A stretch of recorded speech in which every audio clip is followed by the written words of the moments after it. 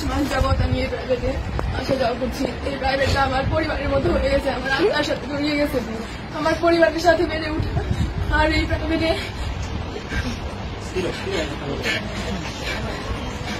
প্রাইভেটটাকে আমার পরিবারের যেতে কোনো অংশে কম মনে হয়নি। প্রাইভেটের প্রত্যেকটা মানুষ আমার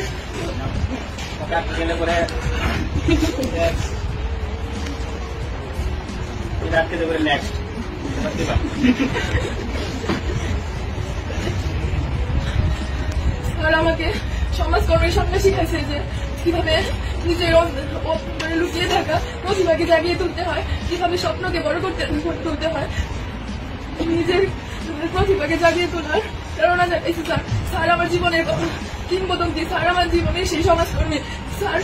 স্যারের মাধ্যমে আমি আমার মুক্ত চিন্তাধারা ফুটিয়ে তুলতে পেরেছি। তাছাড়া স্যার আমি অনেক সময় অনেক বেদবি করছি যেগুলা হয়তো আমি বুঝতে পারি না, কিন্তু আপনার মেধা ওইগুলা ঠিকই ধরা পড়ছে। আমার বন্ধু বান্ধবদের সাথে অনেকের সাথে অনেক খারাপ ব্যবহার করে ফেলছে অনেক সময়, সবাই তোমরা আমার দৃষ্টিতে দেখবা।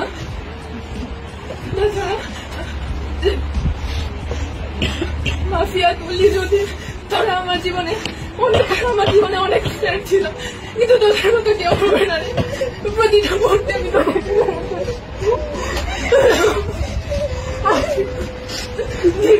12 বছর পড়াশোনা জীবনে অনেক স্যারের সাথে পরিচয় হয়েছে, অনেক বন্ধু বান্ধবের সাথে পরিচয় হয়েছে, কিন্তু স্বামী স্যারের মতো কেউ হয়ে উঠতে পারিনি আজ পর্যন্ত। আর তাদের ফ্রেন্ড আজ পর্যন্ত হয়ে উঠতে পারে। আমি ক্লাসের মধ্যে অনেক কথা কাউন্টার দিতাম যাতে অনেকে বিরক্ত হতাম। সবাই আমাকে ক্ষমা করে দিও। আমার স্যার আমি সবসময় আপনার থেকে সকল ধরনের সাপোর্ট পাই আসছি স্যার। কোনো সময় আপনাকে শুধু স্যারের চোখে না, আপনাকে আমার বড় ভাইয়ের চোখে একজন আদর্শ গাইডলাইনের চোখে দেখে আসছি স্যার। ভবিষ্যতে আমি চাই আপনার কাছে আদর্শ একজন শিক্ষার্থী হয়ে ফুটে উঠতে চাই। আমি